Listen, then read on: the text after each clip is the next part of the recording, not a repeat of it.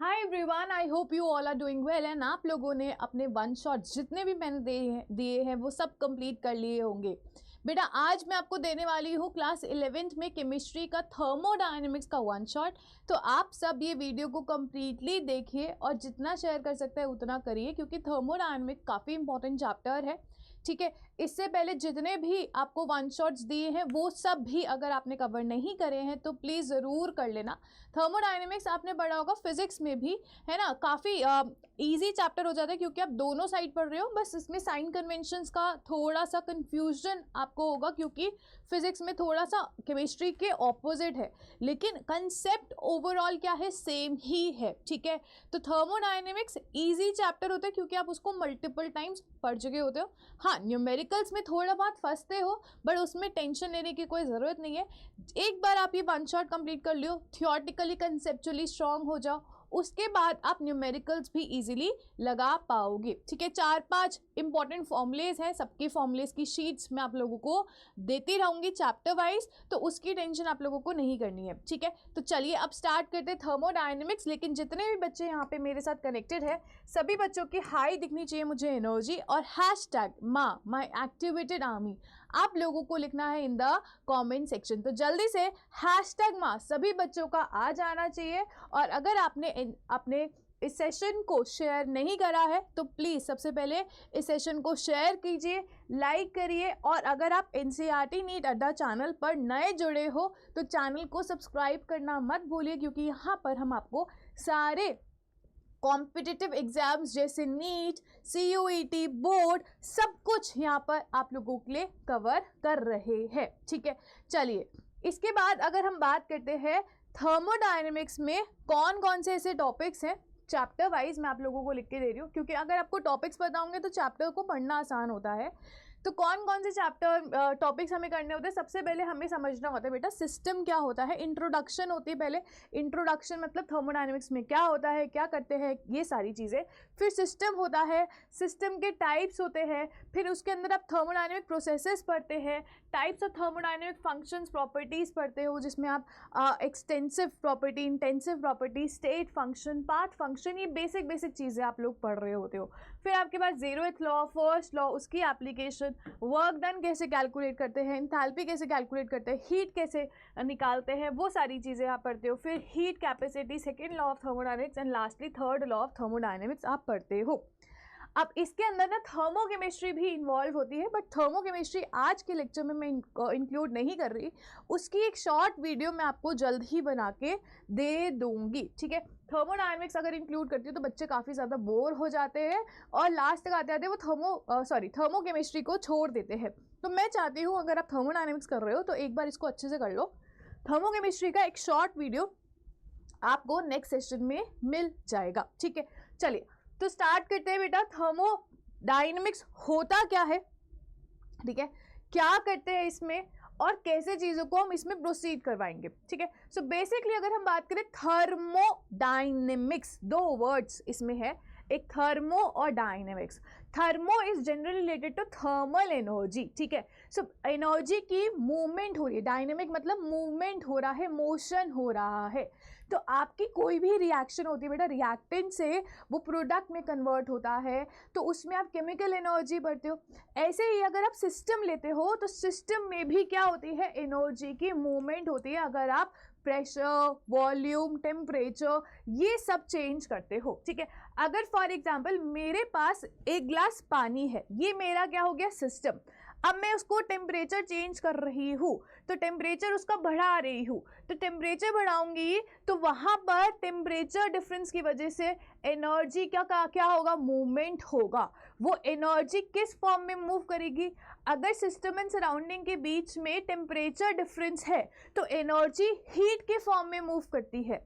तो ये एनर्जी का मूवमेंट ही क्या है, आप किस में पढ़ते हो, थर्मोडायनेमिक्स। तो अगर आपके पास कोई मैक्रोस्कोपिक या माइक्रोस्कोपिक सिस्टम भी होता है, स्टैटिस्टिकल थर्मोडायनेमिक्स बेटा माइक्रोस्कोपिक सिस्टम के लिए पढ़ते हैं। फिलहाल हमारे सिलेबस में जो है वो क्लासिकल थर्मोडायनेमिक्स है। क्लासिकल थर्मोडायनेमिक्स आप किस में पढ़ रहे होते हो, मैक्रोस्कोपिक सिस्टम में पढ़ रहे होते हो। मैक्रोस्कोपिक सिस्टम्स क्या होते हैं, जो आप अपनी आंखों से देख सकते हो, ऑब्जर्व कर सकते हो, ठीक है। अगर आप माइक्रोस्कोपिक लेवल पे आ जाते हो, जैसे इलेक्ट्रॉन, प्रोटॉन, न्यूट्रॉन वगैरह पर, उसके अंदर भी एनर्जी एक्सचेंजेस होते हैं। तो उस केस में उन सिस्टम पे अगर आप एनर्जी मूवमेंट देख रहे हो, स्टडी कर रहे हो, तो वो स्टैटिस्टिकल थर्मोडायनेमिक का पार्ट है। लेकिन मैक्रोस्कोपिक सिस्टम के अंदर आप क्या कर रहे हो, मूवमेंट देख रहे हो एनर्जी का, तो वो किसका पार्ट है, क्लासिकल थर्मोडायनेमिक्स का पार्ट है। और यही हमारे सिलेबस में स्टैटिस्टिकल थर्मोडायनेमिक्स हम जब बीएससी एमएससी कर रहे होते हैं केमिस्ट्री में, या फिर आप केमिकल इंजीनियरिंग कर रहे होते हो, तो वहाँ पर पढ़ाई जाती है, ठीक है। बट हमारे लिए 11th के लिए, नीट के लिए, CUET के लिए हमें क्या करना है, आपका क्लासिकल थर्मोडायनेमिक्स पढ़ना है, ठीक है। तो थर्मोडायनेमिक्स में आपको ऑलरेडी बता चुकी हूँ, thermodynamics is majorly you basically study the energy का मोशन, एनर्जी मोशन आप स्टडी करते हो। किस में स्टडी करते हो, मैक्रोस्कोपिक सिस्टम्स में स्टडी करते हो, ठीक है। अब कुछ इंपॉर्टेंट टर्म्स है जो आप थर्मोडायनेमिक्स में पढ़ते हो। सबसे पहले सिस्टम, फिर surrounding and then universe. System क्या होता है, that part of the universe that is under observation, that part of universe that is under observation, ठीक है। जैसे एक पानी का ग्लास, उसमें मैं थर्मोडायनेमिक्स स्टडी करना चाह रही हूं, तो मेरा ये पानी का जो ग्लास होगा, ये मेरा क्या बन जाएगा, सिस्टम, ठीक है। एंड सराउंडिंग क्या हो जाएगा, apart from system everything else in the universe is surrounding. Apart from system everything else, everything else in universe is surrounding, ठीक है। सिस्टम को छोड़ के बाकी सब कुछ क्या होगा, सराउंडिंग होगा। तो यूनिवर्स क्या हो जाएगा बेटा, यूनिवर्स हो जाएगा सिस्टम प्लस सराउंडिंग। तो सिस्टम और सराउंडिंग सबको मिलाकर हम क्या बोलेंगे, यूनिवर्स। तो ये पूरा यूनिवर्स है, ये सिस्टम है, और सिस्टम को छोड़ के बाकी सब क्या हो जाएगा बेटा, सराउंडिंग हो जाएगा, ठीक है। तो ये तीन इंपॉर्टेंट डेफिनेशंस। इसके बाद आपके पास आती है बाउंड्री एंड इट्स टाइप। तो बाउंड्री क्या होती है, दैट इमेजिनरी और रियल, इमेजिनरी और real line that separates, real line या सरफेस आप बोल सकते हो, that separates system from surrounding, ठीक है, system from surrounding। आपके पास जो बाउंड्री है बच्चा, दो टाइप की होती है, एक रियल बाउंड्री हो सकती है और एक इमेजिनरी बाउंड्री हो सकती है। रियल बाउंड्री हो सकती है और एक इमेजिनरी बाउंड्री हो सकती है। जैसे अगर मैं सुबह सुबह बैठ के एक कप में क्या पी रही हूँ, कॉफी पी रही हूँ, ये मेरा क्या है बेटा, कॉफी का मग है, ठीक है, और ये उसके अंदर कप प्लेट में रखा हुआ है, ये कप एंड प्लेट है, ठीक है। इसके अंदर क्या भरी हुई है, कॉफी। तो कॉफी में टेम्परेचर डिफरेंस है सराउंडिंग की वजह से, तो कॉफी कप में रखी हुई कॉफी क्या हो जाएगी, ये जो कप में रखी हुई कॉफी है बेटा, ये मेरा हो जाएगा सिस्टम। बाहर जितना भी कुछ है ये मेरा क्या हो जाएगा, सराउंडिंग। अब एक ऐसा सरफेस आपको दिख रहा होगा, ये ऑरेंज कलर की लाइन जो किसको सेपरेट कर रही है, इस बाहर वाली सराउंडिंग और सिस्टम को। तो ये जो कप है ये मेरा किसका काम करेगी, बाउंड्री का काम करेगी। जो कप की लाइनिंग है मुझे दिख रही है, तो मेरी ये क्या हो जाएगी, रियल बाउंड्री हो जाएगी, ठीक है। लेकिन अगर हम बेटा सरफेस की बात करते हैं, तो ये सरफेस के ऊपर कोई भी बाउंड्री दिख नहीं रही, ऊपर और नीचे भी आपका सिस्टम सेपरेट आउट हो रहा है सराउंडिंग से, ठीक है। ऊपर जो चाय का या कॉफी का लेवल है उसके और सराउंडिंग के बीच में मुझे कोई बाउंड्री नहीं दिख रही, तो ऐसी बाउंड्री, लेकिन सेपरेशन तो है, ऐसी बाउंड्री को हम क्या बोलते हैं, इमेजिनरी बाउंड्री, ठीक है, इमेजिनरी बाउंड्री आप बोलते हो। जैसे अगर एक चाय का कप है, समय के साथ उसके ऊपर क्या आ जाती है, एक लेयर आ जाती है ना, फैट की लेयर आ जाती है, जिसके हम क्या बोलते हैं, पापड़ी आ गई है जा। तो वो जो पापड़ी है वो किसको सेपरेट कर रही है, चाय को, और बाहर एटमॉस्फेयर को सेपरेट कर रही है। तो वो जो बाउंड्री हो जाएगी वो क्या हो जाएगी, इमेजिनरी। कोई आपको एक कोई मटेरियल नहीं है वहां पे, है ना, तो वो इमेजिनरी बाउंड्री आप उसे बोल सकते हो। ठीक है, चलिए इसके बाद हमारे पास जो सिस्टम होते हैं ना, जिसको हम स्टडी करना चाहते हैं, थर्मोडायनेमिक्स उस पर अप्लाई करना चाहते हैं, वो सिस्टम कितने टाइप के होते हैं, मेनली आपके पास 3 टाइप के होते हैं, ओपन सिस्टम, क्लोज सिस्टम और आइसोलेटेड सिस्टम। अब ओपन सिस्टम क्या होगा, जिसमें मैटर भी एक्सचेंज हो रहा है सराउंडिंग के साथ और एनर्जी भी एक्सचेंज हो रही है। ठीक है, जैसे एक गर्म पानी का ग्लास, तो यहाँ पे पानी जो गर्म है वो कुछ ना कुछ वेपर फॉर्म में भी जाएगा, है ना, और उसकी एनर्जी भी सराउंडिंग में लूज होगी, समय के साथ वो ठंडा हो जाएगा। तो अगर कोई सिस्टम है वो सराउंडिंग के साथ एनर्जी उसकी एक्सचेंज हो रही है, साथ के साथ उसका मास भी एक्सचेंज हो रहा है, तो ऐसे सिस्टम को बोलते हैं ओपन सिस्टम। क्लोज सिस्टम क्या होता है बेटा, आपने ऊपर ढक्कन लगा दिया, अब मास जो अंदर वाटर है वेपर्स के फॉर्म में है वो बाहर सराउंडिंग में तो जा ही नहीं सकता, क्योंकि इसके ऊपर क्या लगा हुआ है, एक ढक्कन, तो ओनली एनर्जी एक्सचेंज होगा। क्लोज सिस्टम में नो मास एक्सचेंज, ओनली एनर्जी जो है एक्सचेंज होगी। आइसोलेटेड सिस्टम में क्या होता है, नीदर एनर्जी एक्सचेंज नॉर मास एक्सचेंज, जैसे थर्मस फ्लास्क में रखा हुआ पानी, ठीक है, उसमें एनर्जी भी एक्सचेंज नहीं होती और मास भी एक्सचेंज नहीं होती। इंपॉर्टेंट बात इज आपके पास जो 100% आइसोलेटेड सिस्टम है ये एक हाइपोथेटिकल सिचुएशन है। आइसोलेटेड सिस्टम जो आपके पास होते हैं ये क्या होंगे बेटा, हाइपोथेटिकल होंगे। आपके पास कभी भी 100% आइसोलेटेड सिस्टम नहीं एग्जिस्ट करता। ठीक है, क्यों नहीं एग्जिस्ट करता, जैसे थर्मस मिल्टन फ्लास्क आती है, तो वहाँ पे जो मिल्टन फ्लास्क है उसके अंदर भी आप देखेंगे तो समय के साथ साथ 2 दिन बाद 3 दिन बाद वो पानी क्या हो जाएगा, ठंडा हो जाएगा। 100% आइसोलेटेड सिस्टम क्या होता है, बिल्कुल भी एनर्जी एक्सचेंज नहीं हो रही, बिल्कुल भी मास एक्सचेंज नहीं हो रहा। लेकिन अभी तक ऐसा कोई सिस्टम हुआ ही नहीं, ऐसा कोई बॉटल नहीं बनी है जिसमें आपने पानी रखा है तो पानी आप 1000 साल के बाद भी देखेंगे तो वो उतने ही टेम्परेचर पे रहेगा, ऐसा कोई भी सिस्टम नहीं बना हुआ। ठीक है, तो 100% आइसोलेटेड सिस्टम एक हाइपोथेटिकल सिचुएशन है। ठीक है, आइसोलेटेड सिस्टम आप बना सकते हो लेकिन वो कुछ ही समय तक वैलिड रहेगा। ठीक है, जिसमें एक्सचेंज नहीं होगी एनर्जी और मास का। ठीक है, चलिए इसके बाद बेटा आप क्या पढ़ते हो, स्टेट वेरिएबल्स पढ़ते हो। अब मेरी बात समझो, अगर कोई बच्चा है, एक क्लासरूम है बेटा, इसके अंदर बहुत सारे बच्चे प्रेजेंट है। ठीक है, अब मुझे इस बच्चे के बारे में पढ़ाई करनी है। ठीक है, मुझे इस बच्चे को अंडरस्टैंड करना है कि बच्चा इसका क्या बैकग्राउंड है, सो दैट मैं इसके ऊपर स्टडी कर सकूँ। ठीक है, तो इसके लिए मुझे इसका क्या पता होना चाहिए, इसका नाम पता होना चाहिए, इसके पेरेंट्स का नाम पता होना चाहिए, है ना, इसका घर का एड्रेस पता होना चाहिए। तो थोड़ी बहुत बेसिक इंफॉर्मेशन मेरे को पता होनी चाहिए। ठीक है, तो यहाँ पर किसी भी चीज़ को, किसी भी सिस्टम को पढ़ने के लिए मुझे उसको डिफाइन करना पड़ता है। क्या करना पड़ता है, डिफाइन करना पड़ता है। ये सिस्टम इससे अलग क्यों है, क्योंकि इसका नाम अलग है।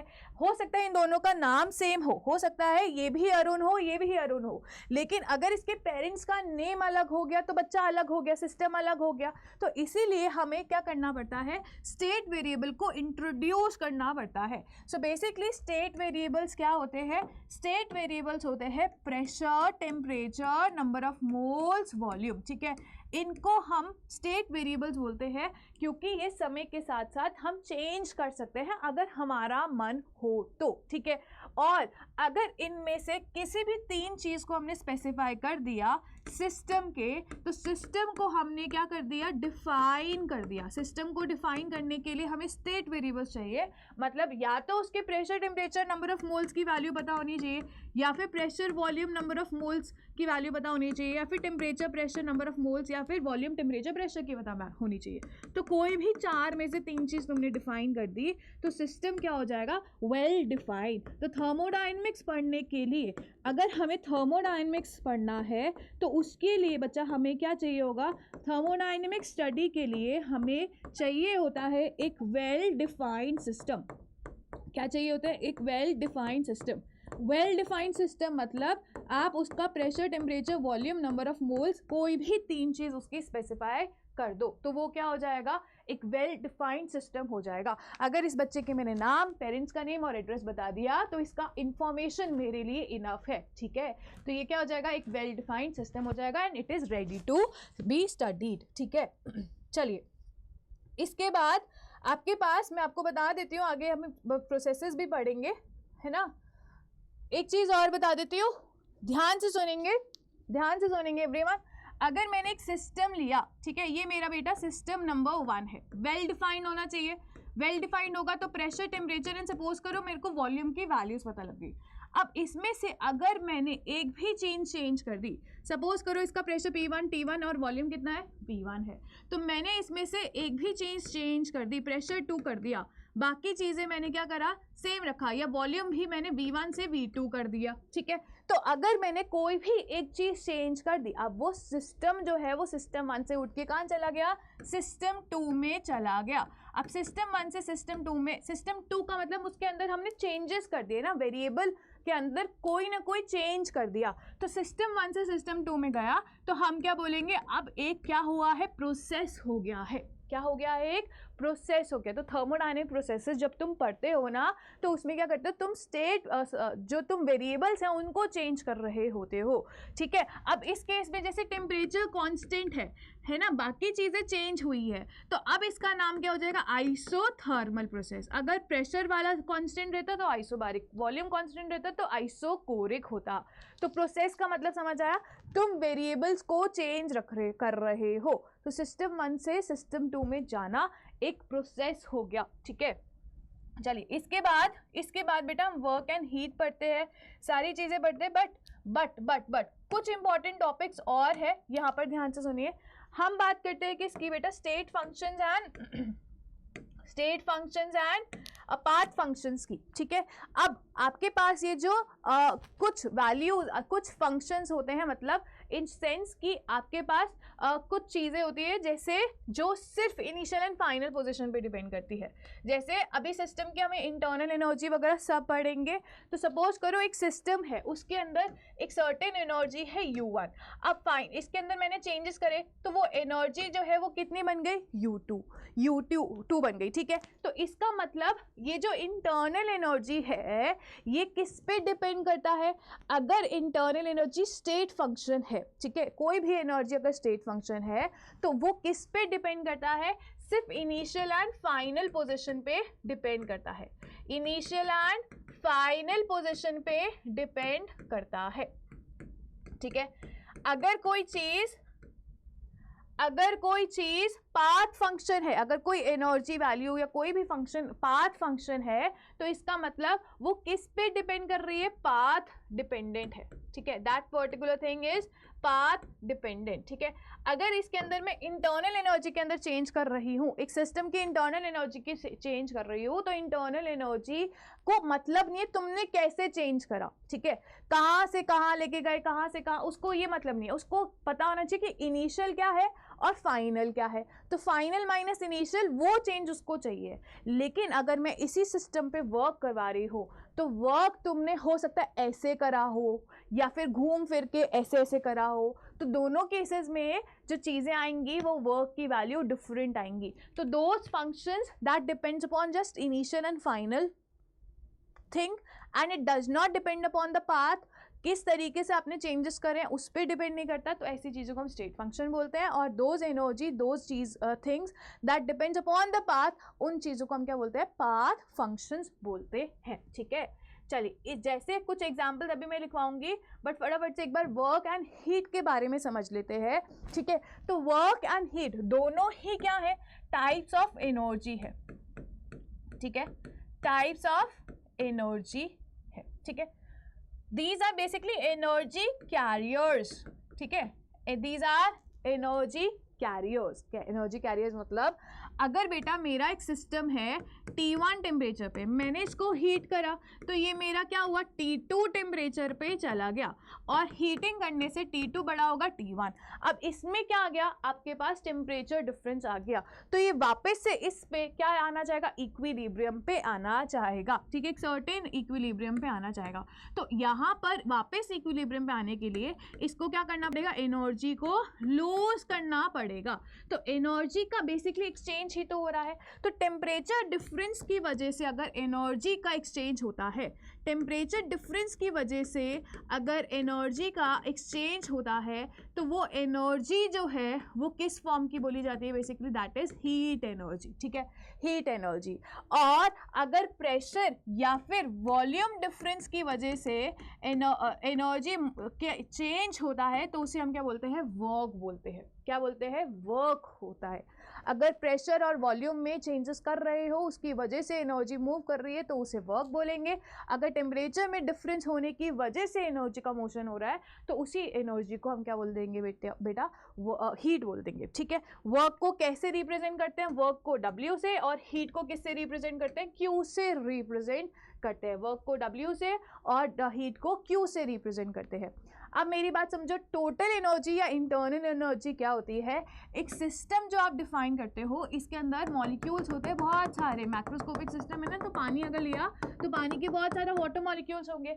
हर वाटर मॉलिक्यूल की क्या होगी, बेसिकली काइनेटिक एनर्जी होगी, पोटेंशियल एनर्जी होगी, इलेक्ट्रॉनिक एनर्जी होगी, बॉन्ड एनर्जी होगी, फर्दर इसके अंदर वाइब्रेशनल, ट्रांसलेशन, रोटेशनल एनर्जी होगी। तो इंटरनल एनर्जी जो कि हम U से डिफाइन करते हैं, it is equals to sum of all kind of energies in the system, all kind of energy in the system। सब तरीके की एनर्जी जो सिस्टम के अंदर प्रेजेंट है उन सबका अगर सम कर देंगे तो वो इंटरनल एनर्जी बोली जाती है, जिसको हम U से रिप्रेजेंट करते हैं, ठीक है। इसमें एक्सेप्ट लिख लेना ग्रेविटेशनल एनर्जी।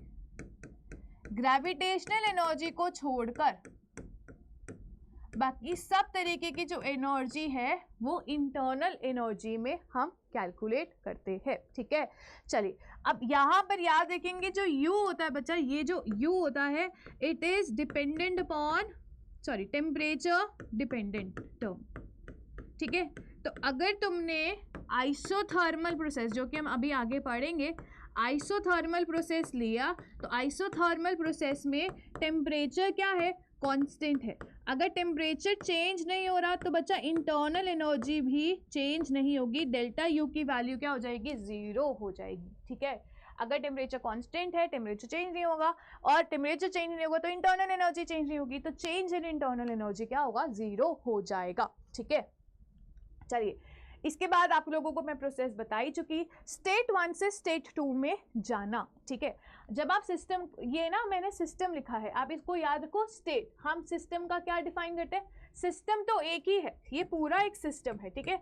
अब आपने प्रेशर, टेम्परेचर, वॉल्यूम दे दिया तो इसका क्या डिफाइन कर दिया, स्टेट। जब भी आपने कोई भी एक या एक से ज़्यादा चीज़ चेंज करी तो उसका स्टेट चेंज हो गया। तो S1 क्या है, state of the system, state 1 of the system. S2 क्या है, स्टेट 2 ऑफ द सिस्टम। तो स्टेट 1 से स्टेट 2 में जाना ही क्या बोला जाता है बेटा, प्रोसेस बोला जाता है, ठीक है। अब थर्मोडायनेमिक प्रोसेसेस जो है वो वेरियस काइंड्स के होंगे। आइसोथर्मल प्रोसेस क्या होता है, स्टेट 1 से स्टेट 2 में जा रहे हो लेकिन उसमें क्या रख रहे हो, टेम्परेचर कांस्टेंट रखते हुए जा रहे हो, तो डेल्टा T की वैल्यू अगर 0 हुई तो इसका मतलब वो क्या हो जाएगा, आइसोथर्मल प्रोसेस हो जाएगा। आइसोबारिक में आप जो चेंजेस कर रहे हो वो कांस्टेंट प्रेशर पे कर रहे हो, डेल्टा P की वैल्यू क्या हो जाएगी, 0, ठीक है। आइसोबोरिक में वॉल्यूम बेटा क्या रहेगा, कांस्टेंट, तो जो भी आप चेंजेस कर रहे हो वो क्या कर रहे हो, कांस्टेंट वॉल्यूम में कर रहे हो, तो डेल्टा V 0 आएगा। एडियाबैटिक प्रोसेस में आप हीट को कांस्टेंट रखते हो, ठीक है, हीट कांस्टेंट रखते हो, ठीक है। यहाँ पर डेल्टा क्यों नहीं लगा सकते हैं, क्योंकि ये क्या है बेटा, एक पाथ फंक्शन है, अभी हम डिस्कस कर रहे हैं। देखो हमने state function and path function already मैं आप लोगों को बता चुकी हूँ, है ना। स्टेट फंक्शंस क्या होते हैं, वो वाली चीज़ें जो सिर्फ इनिशियल एंड फाइनल पोजीशन पे डिपेंड करती है, और अगर हम पाथ फंक्शंस की बात करें तो वो क्या होती है बेटा, पाथ फंक्शंस वो होते हैं जो पाथ पे डिपेंड करते हैं। अब फॉर एग्जांपल एक सिस्टम है, ध्यान से देखना, एक सिस्टम मैंने लिया S1, ठीक है, इसको मेरे को लेके जाना है S2 पे, ठीक है। अब इस सिस्टम S1 पे जो है इसकी इंटरनल एनर्जी बेटा क्या है U1 और इसकी इंटरनल एनर्जी क्या है U2। इनिशियल स्टेट 1 है और मेरे को किस पे लेके जाना है, स्टेट 2 तक लेके जाना है। अब ध्यान से सुनो, अब यहाँ से यहाँ तक जा सकती हूँ इस तरीके से, ऐसे भी तो जा सकती हूँ इस तरीके से, या फिर घूम फिर के मैं फाइनली स्टेट 2 तक जा सकती हूँ। तो अगर मैं इंटरनल एनर्जी को कंपेयर करती हूँ तो चाहे मैंने पाथ 1 यूज़ करा हो, ठीक है, पाथ 1 यूज़ करा हो, ऐसे गई हूँ या फिर इस तरीके से गई हूँ या कितना भी घुमा फिरा के गई हूँ, तीनों ही केसेस में, फर्स्ट केस में, सेकंड केस में, थर्ड केस में, तीनों ही केसेस में जो इंटरनल एनर्जी का चेंज है वो क्या आएगा, U2 माइनस U1 और ये वैल्यू क्या आएगी बेटा, कांस्टेंट, ठीक है। It is same for all, delta U क्या आएगी, same for all the processes, ठीक है, same for all the processes, ठीक है, चाहे ऑल द पाथ्स, चाहे तुम पाथ 1 से लेके गए हो, चाहे तुम पाथ 2 से लेके गए हो, चाहे तुम पाथ 3 से लेके गए हो, तो इंटरनल एनर्जी इस केस में भी सेम आएगी, इस केस में भी और थर्ड वाले पाथ में भी सेम आएगी। तो आपका जो इंटरनल एनर्जी है वो क्या आ जाएगा, स्टेट फंक्शन, क्योंकि उसको सिर्फ इनिशियल और फाइनल पोजीशन पे उस पर डिपेंड करता है और दोनों ही, तीनों ही पाथ्स में जो इनिशियल एंड फाइनल पोजीशन है वो सेम है, ठीक है। तो इंटरनल एनर्जी हो गया, एंथैल्पी हो गया, गिव्स फ्री एनर्जी हो गया, एंट्रोपी हो गया, आपके पास और जितनी क्वांटिटीज़ होती है ये सब क्या होंगे, आपके पास एक स्टेट फंक्शंस होंगे और स्टेट फंक्शंस को हम डेल्टा से रिप्रेजेंट कर सकते हैं। ये फाइनल माइनस इनिशियल पोजीशन हो गया, ठीक है, क्लियर हुआ। अब पाथ फंक्शन की अगर हम बात करें, सेम चीज आप कर रहे हो, यहाँ पे जो work done for first path is not equal to work done for second path, is not equal to work done for third path, क्योंकि ऐसे जाओगे, ऐसे जाओगे, ऐसे जाओगे तो अलग अलग वर्क डन की वैल्यू आएगी, क्योंकि पाथ अलग है। तो जो क्वांटिटीज पाथ पे डिपेंड करती है उसे हम पाथ फंक्शन बोलते हैं। जैसे W1Q मतलब W work done, Q heat, ये क्या होंगे बेटा, पाथ फंक्शंस होते हैं। और पाथ फंक्शंस में आप डेल W बिल्कुल नहीं लिख सकते, ठीक है, डेल्टा Q बिल्कुल नहीं लिख सकते, क्योंकि delta represents final minus initial change, ठीक है। तो इसको रिप्रेजेंट करना है तो इस तरीके से स्पेशल आपका साइन लगता है जो स्मॉल डिफरेंस को दिखाता है, तो इस तरीके से आप लिख सकते हो, ठीक है। चलिए ऑल क्लियर, ठीक है। चलिए इसके बाद हम अपने प्रोसेसेस में वापस आ जाते हैं। तो एडियाबैटिक प्रोसेस में जो चेंज इन एडियाबैटिक प्रोसेस है डेल क्यू, आप इसको स्पेशली डेल्टा मत लिखो, सिंपल बोलो क्यू क्या है, कांस्टेंट है, डेल्टा इसलिए मैं इस केस में नहीं लिख रही। ऐसे ही साइक्लिक प्रोसेस में क्या होता है, initial path and initial point क्या होगा, फाइनल पॉइंट के बराबर होगा with the formation of a loop,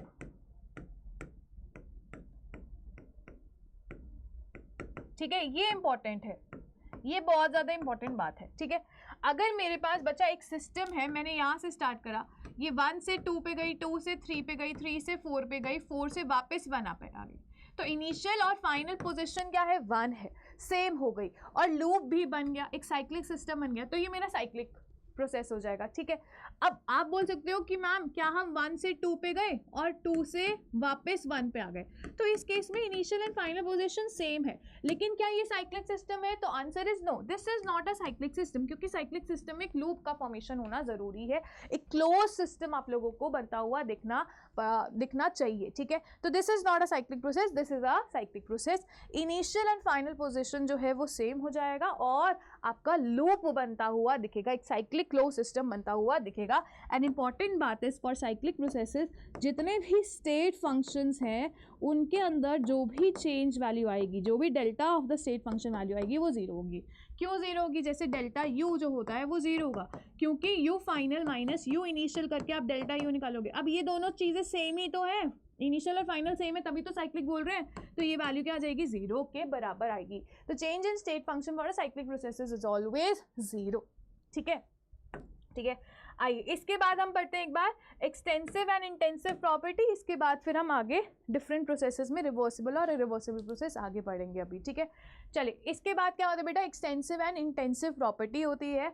extensive property आप याद रखेंगे, it is additive in nature, ठीक है, it is additive in nature, या फिर आप बोल सकते हो यहाँ पर ये जो प्रॉपर्टीज हैं, कुछ वेरिएबल्स जैसे टेम्परेचर, प्रेशर, वॉल्यूम, ठीक है, ये सारी जो वेरिएबल्स है ये क्या करते हैं, कुछ एडिटिव नेचर की होती है और कुछ इनएडिटिव। नॉर्मल मैथमेटिकल एक्सप्रेशन की तरह आप नॉर्मली मैथ्स यूज करके ऐड नहीं कर सकते हो, ठीक है।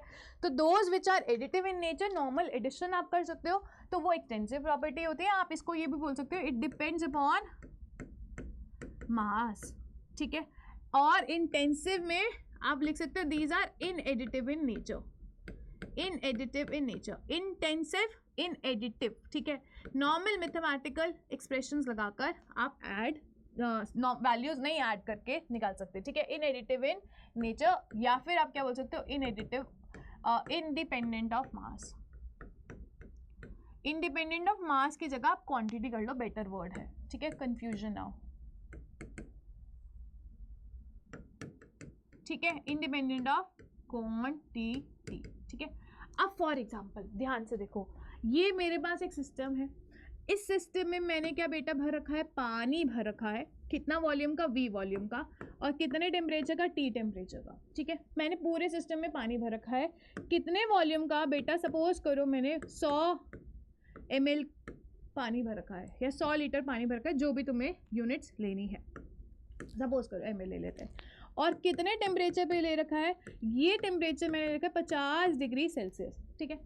अब क्या मैं इसको अगर आधा कर दूं, अगर मैंने बीच में क्या लगा दिया, एक लिड लगा दिया, तो इतने कंटेनर में मेरा वॉल्यूम कितना आ जाएगा। अगर 100 ml का पानी है, पूरे में आधा कर दिया तो 50 ml इधर आ गया, और 50 ml पानी दूसरे कंटेनर पे आ गया, फर्स्ट कंटेनर और सेकंड कंटेनर। लेकिन टेम्परेचर की बात करो तो बेटा टेम्परेचर तो 50 डिग्री सेल्सियस, और ये भी टेम्परेचर कितना रहेगा, 50 डिग्री सेल्सियस ही रहेगा। तो जब आप क्या कर रहे हो, आधा कर रहे हो, तो वॉल्यूम भी क्या हो रहा है, आधा। या फिर आप बोल रहे हो दो चीजों को कंबाइन करके आप क्या कर रहे हो, एक बड़ा सिस्टम बना रहे हो, तो वॉल्यूम क्या हो जाएगा, 50 + 50 ऐड हो जाएगा नॉर्मली। लेकिन टेम्परेचर 50 + 50 क्या वो 100 हो रहा है, नहीं, ठीक है। तो इसका मतलब जब आप छोटे से बड़ा या बड़े से छोटा आ रहे हो, जिन पे आप नॉर्मल मैथमेटिकल एडिशन या सब्ट्रैक्शन की चीज़ें लगा पा रहे हो, तो उससे क्या एडिशन की लगा पा रहे हो बेसिकली। जैसे ये ऐड करा तो ये ऐड हो गया, ठीक है। हाफ करा तो आप इसमें मैथमेटिक्स यूज करके उसकी एग्जैक्ट वैल्यू निकाल पा रहे हो। तो ऐसी चीज़ों को हम क्या बोलते हैं, एक्सटेंसिव प्रॉपर्टी बोलते हैं। तो आपके पास जो वॉल्यूम होगा वो बेटा क्या हो जाएगा, एक्सटेंसिव प्रॉपर्टी, और टेम्परेचर क्या हो जाएगा, इंटेंसिव प्रॉपर्टी हो जाएगा। तो एक्सटेंसिव प्रॉपर्टी में क्या क्या आ जाता है आपका, सब कुछ ऑलमोस्ट, जैसे वॉल्यूम आ गया, जैसे नंबर ऑफ मोल्स आ गया, वेट आ गया, मास आ गया, ठीक है। ये सारे क्या आ जाएंगे, एक्सटेंसिव प्रॉपर्टी। इंटरनल एनर्जी आ गई, एंथैल्पी आ गई, ठीक है, हीट कैपेसिटी आ गई, हीट आ गई, ये सारी क्या हो जाएंगी बेटा, एक्सटेंसिव प्रॉपर्टी हो जाएंगी। इंटेंसिव प्रॉपर्टी में क्या आ जाएगा, इंटेंसिव प्रॉपर्टी में अभी तुमने एक पढ़ा टेम्परेचर, अगर इसका 180 टेम्परेचर है पूरे का, इसको आधा कर दो, तुम एक रूम में बैठे हो उसको आधा कर दो, तो उसमें भी प्रेशर 180 ही रहेगा, तो प्रेशर आ गया, ठीक है। डेंसिटी आ गया, और कभी भी मोलर वर्ड लग जाए, ठीक है, मोलर हीट कैपेसिटी या स्पेसिफिक हीट कैपेसिटी, ठीक है, molar entropy, molar enthalpy, molar internal energy, यहाँ पर मोलर वर्ड आ जाए या स्पेसिफिक वर्ड आ जाए तो आप क्या बोलोगे, वो चीज बन जाती है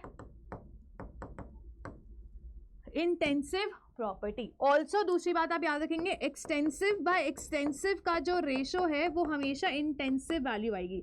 अब फॉर एग्जांपल डेंसिटी क्या होती है बेटा, डेंसिटी होती है मास बाय वॉल्यूम, ठीक है। अब ये जो मास है वो एक्सटेंसिव प्रॉपर्टी ऐड कर सकते हैं, वॉल्यूम भी तुमने देखा एक्सटेंसिव है, लेकिन एक्सटेंसिव बाय एक्सटेंसिव डेंसिटी क्या बन जाएगी, इंटेंसिव प्रॉपर्टी बन जाएगी। इसके अंदर आप रिफ्रैक्टिव इंडेक्स भी लिख सकते हो, ठीक है। तो ये सारी क्या हो जाएंगी, आपकी एक्सटेंसिव इंटेंसिव प्रॉपर्टीज हो जाएंगी। चलिए इसके बाद बेटा बात करते हैं 0th लॉ ऑफ थर्मोडायनेमिक्स में। तो आपका एक्चुअल चैप्टर यहाँ से अब स्टार्ट हो रहा है। 0th लॉ ऑफ थर्मोडायनेमिक्स क्या होता है, 0th लॉ ऑफ थर्मोडायनेमिक्स ये कहता है कि बेटा अगर कोई सिस्टम ए है इन इक्विलिब्रियम विद बी, और बी किसके साथ इक्विलिब्रियम में, सी के साथ, तो ऑटोमेटिकली ए का इक्विलिब्रियम आ जाएगा सी के साथ। इसको एक एग्जांपल से समझे, अगर आपके पास क्या है, एक बहुत ही ठंडा, एक रूम टेम्परेचर है बेसिकली, ठीक है, एक रूम में एक रूम में क्या है आपके पास 25 डिग्री सेल्सियस का रूम टेम्परेचर होता है, ठीक है। इस रूम के अंदर, इस बड़े से रूम के अंदर आप क्या लेके आए, बाहर से कोल्ड ड्रिंक लेके आए हो। क्या लेके आए हो, एक कोल्ड ड्रिंक की बॉटल लेके आए हो, ठीक है। इसका टेम्परेचर कितना बेटा, 5 डिग्री सेल्सियस का है, ठीक है। और मैं क्या लेके आई हूँ, मेरी फेवरेट कॉफ़ी है, तो मैं 70 डिग्री सेल्सियस पे क्या लेके आई बच्चा, कॉफ़ी लेके आई। अब जैसे जैसे आप समय दोगे इक्विलिब्रियम इस्टेब्लिश होगा, है ना। वो इक्विलिब्रियम किसके साथ होगा, रूम के साथ, सराउंडिंग के साथ। तो ये जो कॉफ़ी है विद टाइम क्या करेगी, आपका रूम के साथ इक्विलिब्रियम पे आने की कोशिश करेगी, रूम टेम्परेचर पर कॉफ़ी आना चाहेगी। तो इक्विलिब्रियम इस्टेब्लिश होगा किसके बीच में, रूम एंड कॉफ़ी के बीच में। ऐसे जो कोल्ड ड्रिंक है वो सराउंडिंग से हीट गेन करेगी और रूम के साथ इक्विलिब्रियम पे आना चाहेगी, तो इसका भी टेम्परेचर समय के साथ कितना हो जाएगा, 25 डिग्री सेल्सियस हो जाएगा। तो समय के साथ अगर मैं बोल रही हूँ ये मेरा ए सिस्टम है, ठीक है, ये मेरा क्या सिस्टम है, बी सिस्टम, और ये मेरा बेटा क्या हो जाएगा, सी सिस्टम हो जाएगा। तो ए एंड बी इक्विलिब्रियम में समय के साथ, ऐसे ही बी एंड सी इक्विलिब्रियम पे, तो ऑटोमेटिकली ज़ीरोथ लॉ के अकॉर्डिंग ए एंड सी भी क्या हो जाएंगे, इक्विलिब्रियम। ये दोनों भी आपस में क्या आ जाएंगे, इक्विलिब्रियम पे आ जाएंगे। ये ज़ीरोथ लॉ ऑफ थर्मोडायनेमिक्स है। ज़ीरोथ लॉ फर्स्ट लॉ के बाद डिस्कवर हुआ था, ठीक है। जनरली फर्स्ट लॉ बोलते हैं, सेकंड लॉ बोलते हैं, थर्ड लॉ बोलते हैं, बट ज़ीरोथ लॉ क्यों बोला गया, क्योंकि फर्स्ट लॉ के बाद डिस्कवर हुआ था और इसलिए हमें ज़ीरो करना पड़ा उसे, ठीक है। तो ये चीज़ आप लोगों को याद रखनी है। चलिए इसके बाद आप क्या पढ़ते हो बेटा, इसके बाद आप पढ़ते हो, सिंपल सी बात है, first law of thermodynamics. First law of thermodynamics deals with study of law of conservation of mass, ठीक है।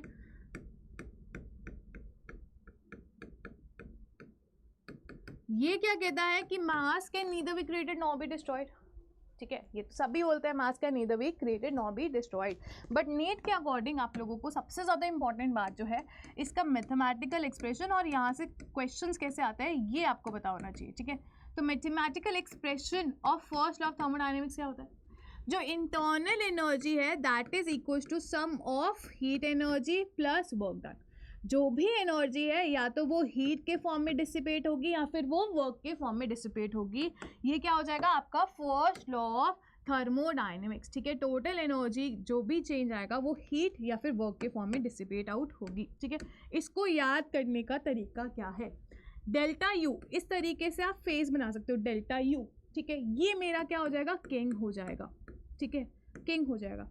किंग के पास क्या होता है, क्वींस होती हैं और क्या होते हैं, वॉरियर्स होते हैं, ठीक है। तो queen, king has queen plus warrior, इस तरीके से आप याद रख सकते हो, ठीक। अब बात आती है वेरी इंपॉर्टेंट साइन कन्वेंशन की, ठीक है। साइन कन्वेंशन के ऊपर हम बात कर लेते हैं, ठीक है, कैसे साइन कन्वेंशन यूज करना है। तो अगर बेटा आपके पास सिस्टम है, ये हमारा क्या है, सिस्टम, इस सिस्टम में आप क्या कर रहे हो, वर्क कर रहे हो, ठीक है। अगर आप बाहर से वर्क डन ऑन सिस्टम, मतलब तुम बाहर से काम कर रहे हो, तो ये हो जाएगा positive. Work done by system हो रहा है,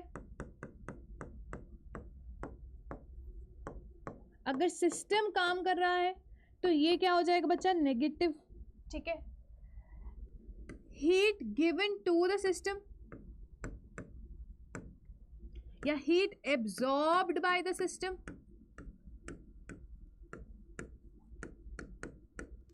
ये हो जाएगा आपके पास पॉजिटिव, जो किसको रिप्रेजेंट कर रहा है, एंडोथर्मिक प्रोसेस को रिप्रेजेंट कर रहा है। एंडोथर्मिक प्रोसेस क्या होते हैं, जो हीट, अगर सिस्टम बाहर से हीट लेता है तो वो एंडोथर्मिक प्रोसेस हो जाता है, ठीक है।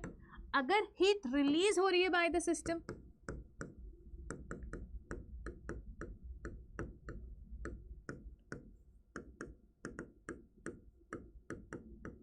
तो ये क्या हो जाएगा बेटा, नेगेटिव। और heat release by the system किसको रिप्रेजेंट कर रहा है, एक्सोथर्मिक प्रोसेस को रिप्रेजेंट कर रहा है, ठीक है। तो ये साइन कन्वेंशन याद करोगे, work done on the system. अब आप इसको कैसे याद रख सकते हो, वो सिस्टम क्या है, मैं हूं, ठीक है, मैं हूं। हम पे कौन काम करता है, मम्मी पापा, हम पे काम कौन करता है, मम्मी पापा। ऑब्वियस सी बात है, मम्मी पापा काम करेंगे तो हम पे पॉजिटिव ही काम करना चाहेंगे, हमें कोई नेगेटिव तो बनाना नहीं चाहता, तो हम पे कोई काम कर रहा है तो वो पॉजिटिव ही करवाना चाहेगा, ठीक है। और हम नादान बच्चे हैं, छोटे छोटे बच्चे हैं ना, गलतियां कर देते हैं, और हम अगर हमसे कोई काम हो रहा है तो अगर अब बेसिकली वो जनरली नेगेटिव हो जाता है। हमें हीट दोगे तो हम पॉजिटिव, अगर मम्मी पापा हमें अपनी एनर्जी देंगे, अपना टाइम देंगे, है ना, हमें पॉजिटिव चीज़ें बताएंगे, तो हम उनकी एनर्जी एब्जॉर्ब कर रहे हैं तो पॉजिटिव। हम क्या होते हैं, छोटे चिड़चिड़े होते हैं, है ना, तो नेगेटिव हो जाते हैं, तो हमारी जो एनर्जी रिलीज आउट हो रही है वो नेगेटिव होगी, ठीक है। तो इस तरीके से आप याद कर सकते हो। इसके बाद बेटा हम करते हैं application of first law of thermodynamics, जिसमें आपको कैलकुलेशन करना आना चाहिए कि वर्क कैसे कैलकुलेट करते हैं, हीट कैसे कैलकुलेट करते हैं, इंटरनल एनर्जी को कैसे कैलकुलेट करते हैं। बट उससे पहले हमें पता होना चाहिए रिवर्सिबल एंड इरिवर्सिबल प्रोसेसेस के बारे में, ठीक है। चलिए अब बात करते हैं बेटा रिवर्सिबल और इरिवर्सिबल प्रोसेसेस। अब मैंने आपको बताया कि आपके पास बहुत सारे प्रोसेसेस होते हैं, थर्मोडायनेमिक्स, आइसोथर्मल, एडियाबैटिक, है ना, आइसोकोरिक, आइसोबारिक, ये सारे। बट उसके अंदर भी फर्दर अगर हम बात करें तो reversible isothermal and reversible irreversible isothermal process की बात करते हैं। पहले जनरली रिवर्सिबल और इरिवर्सिबल को समझ लेते हैं और उसके बाद हम बाकी सारी चीज़ें करेंगे, ठीक है। अब ध्यान से सुन लेना, दो चीज़ें हैं।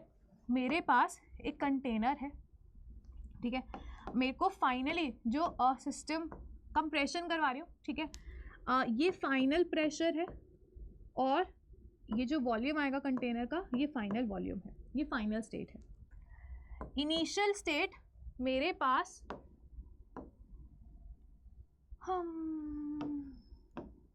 चलिए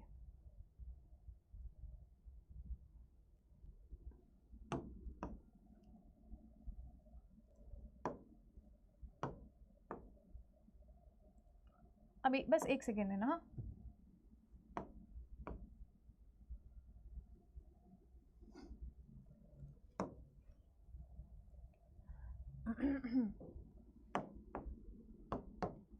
ये मैं हूं, ठीक है,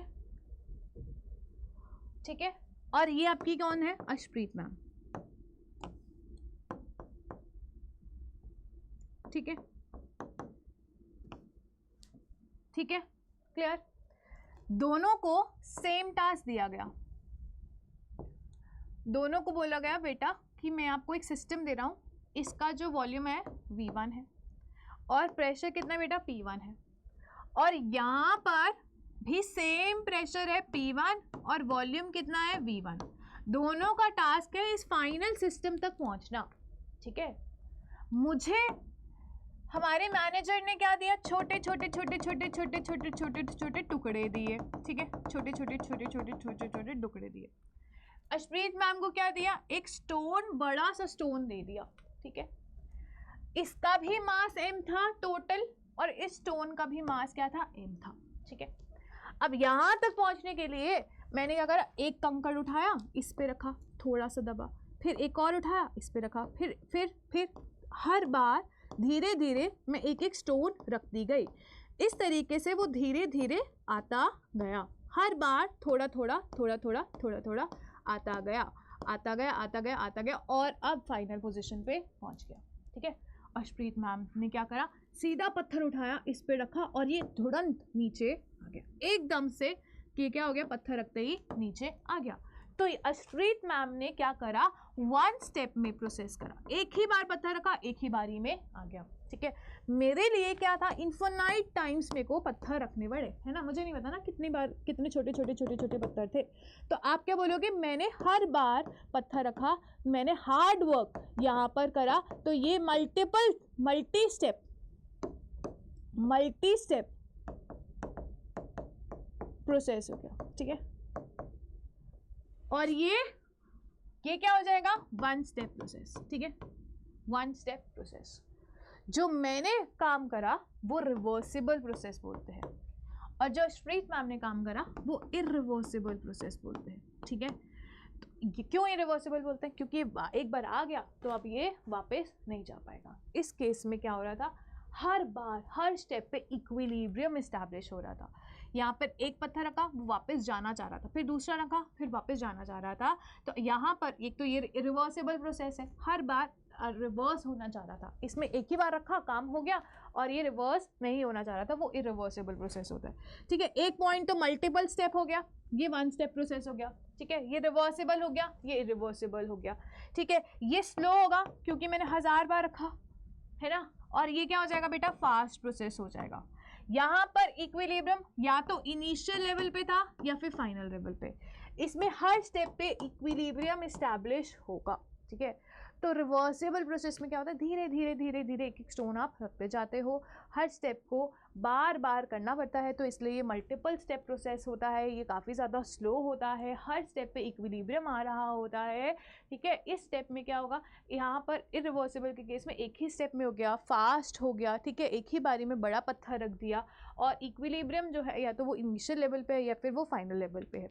अब यहाँ पर दो तरीके से मैं इनिशियल और फाइनल पोजीशन तक पहुँची, एक मेरे तरीका है, एक स्ट्रीट मैम का तरीका है। ठीक है, लेकिन दोनों केसेस में क्या होगा, मेरे लिए वर्क डन W1 आएगा और इनके लिए वर्क डन क्या आएगा, W2। इनके लिए इंटरनल एनर्जी में चेंज U आएगा और मेरे लिए भी इंटरनल एनर्जी में चेंज U ही आएगा, क्योंकि इंटरनल एनर्जी तो स्टेट फंक्शन है, वर्क डन पाथ फंक्शन है। तो मैंने अलग पाथ यूज़ करा, उन्होंने अलग पाथ यूज़ करा, तो वर्क डन अलग आएंगे, लेकिन इंटरनल एनर्जी U की वैल्यू बेटा क्या आएगी, सेम आएगी। ठीक है, ठीक है, चलिए, तो ये चीज़ आपको समझ आ गई। रिवर्सिबल एक्सपेंशन या कंप्रेशन जो भी तुम करवा रहे हो, उसमें इनफाइनाइट स्टेप्स इन्वॉल्व होते हैं।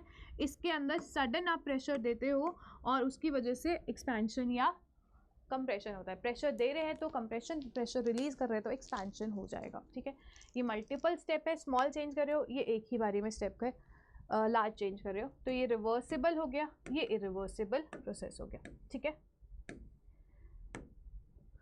चलिए अब बात करते हैं वर्क डन को कैसे कैलकुलेट करते हैं। तो वर्क डन किसके बराबर होता है बेटा, वर्क डन होता है minus P external into D. ठीक है, ये वर्क डन के बराबर होता है। राइट। अब बात करते हैं वर्क डन की कैलकुलेशन कैसे होती है फॉर आइसोथर्मल प्रोसेस। तो आइसोथर्मल प्रोसेस दो तरीके के होता है, अभी आपको दिखाया, एक रिवर्सिबल आइसोथर्मल प्रोसेस होता है,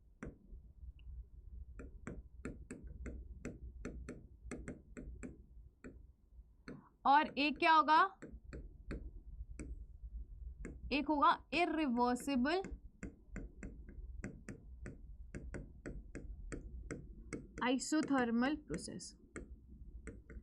एक रिवर्सिबल आइसोथर्मल प्रोसेस और एक इरिवर्सिबल आइसोथर्मल प्रोसेस। ठीक है, तो फॉर्मुलेज मैं आपको लिखवा रही हूँ नीट के परस्पेक्टिव से, फॉर्मुलेज बहुत इंपॉर्टेंट है। For reversible isothermal process work done is calculated as W is to minus NRT ln of V2 by V1। एक तो ये एक्सप्रेशन हो गया, या फिर आप क्या लिख सकते हो, W is equals to minus NRT ln of P1 by P2। ठीक है, W is also equals to third expression, minus NRT की जगह आप क्या लिख सकते हो, minus P1 V1 ln of V2 by V1। ठीक है, या फिर आप क्या लिख सकते हो, minus P2 V2 ln of V2 by V1। ठीक है, इस तरीके से आप कोई भी एक्सप्रेशन को यूज़ कर सकते हो। लेकिन इरिवर्सिबल प्रोसेस में आपके पास W आता है minus P external into delta V which is equal to V2 minus V1। ठीक है, ऑल्सो रिमेंबर जो इरिवर्सिबल प्रोसेस है, जो एक्सटर्नल प्रेशर होगा अगर वो कांस्टेंट दिया हुआ है तो वो इरिवर्सिबल प्रोसेस के साथ होगा। अगर आपके पास जो एक्सटर्नल प्रेशर है उसको आप चेंज कर सकते हो, प्रेशर क्या है बेटा, वेरिएबल है, तो वो किससे क्या फॉलो करेगा, रिवर्सिबल प्रोसेस फॉलो करेगा। अगर कांस्टेंट दिया है, वर्ड का यूज़ कर लिया, कांस्टेंट प्रेशर पे आपको वर्क डन निकालना है तो वो इरिवर्सिबल प्रोसेस है। तो आप इस पर लिख सकते हो माइनस P कांस्टेंट वैल्यू जो आपको दे रखी है इंटू V2 माइनस V1। ठीक है, इस तरीके से आप वर्क डन कैलकुलेट कर सकते हो। अब बात आती है वर्क डन के अलावा हीट कैलकुलेट करनी है, इंटरनल एनर्जी कैलकुलेट करनी है, तो वो कैसे करोगे? आइसोथर्मल प्रोसेस में मैं आपको ऑलरेडी बता चुकी बेटा टेम्परेचर क्या रहता है, कांस्टेंट रहता है, और ये भी बता चुकी कि जो इंटरनल एनर्जी है वो टेम्परेचर डिपेंडेंट क्वांटिटी है। तो टेम्परेचर कांस्टेंट है तो बेटा डेल्टा यू की वैल्यू क्या आएगी, कांस्टेंट, मतलब चेंज जो आएगा वो जीरो के बराबर आएगा, क्योंकि जो इंटरनल एनर्जी है that is a function of temperature, temperature के साथ इंटरनल एनर्जी चेंज होती है। अब टेम्परेचर कांस्टेंट हो गया तो इंटरनल एनर्जी की वैल्यू जो चेंज वैल्यू आएगी वो जीरो, ठीक है। तो अब आपके लिए अगर W निकाल लिया, अब बात आती है Q निकालने की। तो from first law of thermodynamics हमें पता है डेल्टा यू किसके बराबर है, Q प्लस W के बराबर है ना, डेल्टा यू किसके बराबर है, Q प्लस W। तो अगर आपके पास डेल्टा यू जीरो है तो दैट मीन्स Q किसके बराबर होगा, माइनस W। तो एक्सप्रेशन क्या बन जाएगा, plus NRT ln of V2 by V1, और we can say it is equals to plus external pressure into V2 minus V1। ये किसके लिए, ये आपके पास रिवर्सिबल आइसोथर्मल प्रोसेस के लिए, ठीक है। और आइसोथर्मल, रिवर्सिबल आइसोथर्मल के साथ साथ आपको इसमें याद रखना है for ideal gas, ideal gas के लिए आप इसे अप्लाई करते हो, वेरी वेरी वेरी इंपॉर्टेंट, ठीक है। और ये किसके लिए हो जाएगा बेटा, ये इरिवर्सिबल प्रोसेस के लिए हो जाएगा, ठीक है, ठीक है। तो इस तरीके से आपको कैलकुलेशन सीखनी है। इसके बाद बात आती है फ्री एक्सपेंशन में वर्क डन कैसे कैलकुलेट करते हैं, या फिर वैक्यूम में कैसे कैलकुलेट करते हैं, या आइसोकोरिक प्रोसेस में कैसे कैलकुलेट करते हैं। तो फ्री एक्सपेंशन वर्ड यूज़ कर ले या फिर वैक्यूम वर्ड यूज़ कर ले, तो रिमेंबर फ्री एक्सपेंशन होगा तो एक्सटर्नल प्रेशर क्या होगा, जीरो होगा, क्या होगा, एक्सटर्नल प्रेशर जीरो होगा। तो W किसके बराबर होता है, minus P external into DV। तो इसका मतलब ये जीरो है तो सब कुछ जीरो हो गया, तो वर्क डन क्या हो जाएगा, जीरो हो जाएगा, ठीक है। ऐसे अगर आइसोकोरिक प्रोसेस है बेटा V2 वॉल्यूम क्या हो जाएगा, कांस्टेंट हो जाएगा। अगर वॉल्यूम कांस्टेंट है तो चेंज इन वॉल्यूम क्या होगा, जीरो होगा। तो W किसके बराबर होता है, minus P external into delta V। अब डेल्टा V जीरो है तो आइसोकोरिक प्रोसेस में वर्क डन की वैल्यू कैसे निकालते हो, वर्क डन की वैल्यू निकालने की जरूरत ही नहीं पड़ती, क्योंकि वर्क डन क्या होता है आइसोकोरिक प्रोसेस के लिए, जीरो होता है। सिमिलरली वैक्यूम में बाहर कोई पार्टिकल्स नहीं होते जो प्रेशर लगाएंगे, एक्सटर्नल प्रेशर वैक्यूम में जीरो होता है तो वर्क डन भी जीरो होता है, ठीक है। इसके बाद बात करते हैं बेटा एंथैल्पी, एंड सबसे ज़्यादा इंपॉर्टेंट जो क्वेश्चंस आते हैं वो थर्मोडायनेमिक्स में एक एक्सप्रेशन से आता है जो किसके बीच में होता है, change in enthalpy and change in entropy, change in enthalpy and change in internal energy के बीच का एक्सप्रेशन होता है, ठीक है। अब एंथैल्पी क्या होता है, जो आप हीट में चेंज करते हो एट कांस्टेंट प्रेशर, वो किसके बराबर होता है, एंथैल्पी। अगर आप कांस्टेंट वॉल्यूम पे हीट स्टडी कर रहे हो तो वो इंटरनल एनर्जी के बराबर होती है। Heat in at constant pressure किसके बराबर है, एंथैल्पी के बराबर है, ठीक है। और सबसे ज़्यादा इंपॉर्टेंट एक्सप्रेशन क्या होता है, delta H is equals to delta U plus del N G R T. Very very important mathematical expression, क्योंकि यहाँ से 101% क्या होता है, क्वेश्चन पक्का आता है, ठीक है, क्वेश्चन पक्का से आता है, ठीक है। डेल्टा एनजी क्या होता है, डेल्टा एनजी मतलब जो गैसियस स्टेट में नंबर ऑफ मोल्स का एक्सचेंज हुआ प्रोडक्ट माइनस इनिशियल करके। For example N2 plus 3H2 will give 2NH3 होता है, ठीक है, ठीक है। सारे ही गैसियस स्टेट में है यहाँ पर, तो number of moles of product in the gaseous state total moles कितने हो गए, 2। Number of moles of reactant in the gaseous state total कितने हो गए, 4। तो change in number of moles in the gaseous state कितने होंगे, product minus reactant which is equal to -2। तो यहाँ पर जो चेंज आएगा वो कितने का आएगा, -2 का आएगा। तो डेल एन जी कितना लेंगे बेटा, यहाँ पर -2 लेंगे, ठीक है। सो अगर आपके पास डेल्टा एन जी की वैल्यू 0 है तो उस केस में जो एंथैल्पी में चेंज है वो इंटरनल एनर्जी के बराबर आएगा। अगर डेल्टा एन जी की वैल्यू ग्रेटर दैन 0 है तो आप क्या बोलोगे, enthalpy is greater than internal energy, ठीक है। अगर डेल्टा एन जी की वैल्यू लेस दैन 0 आ गई तो इसका मतलब enthalpy is less than internal energy, ठीक है, clear. Very very very very important क्या होगा, इक्वेशन। चलिए इसके बाद आती है heat capacity. Heat capacity is defined for a system, amount of heat required, amount of heat required by the system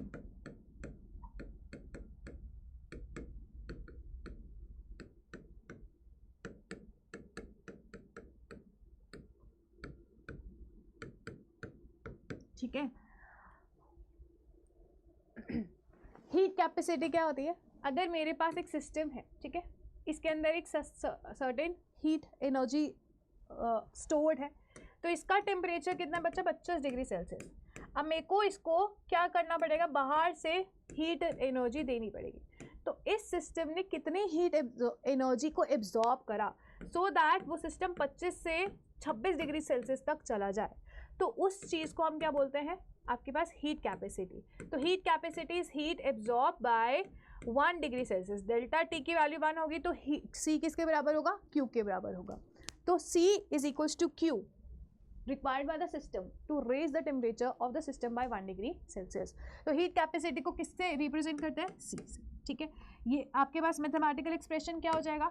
C is equals to Q by delta T. Unit क्या हो जाएगी हीट कैपेसिटी की? Joules पर kelvin, ठीक है, clear है? Okay इसके बाद specific heat capacity, amount of heat required by 1 gram. अब आपने क्वांटिटी स्पेसिफाई कर दी, by 1 gram of system to raise the temperature by 1 degree celsius, ठीक है।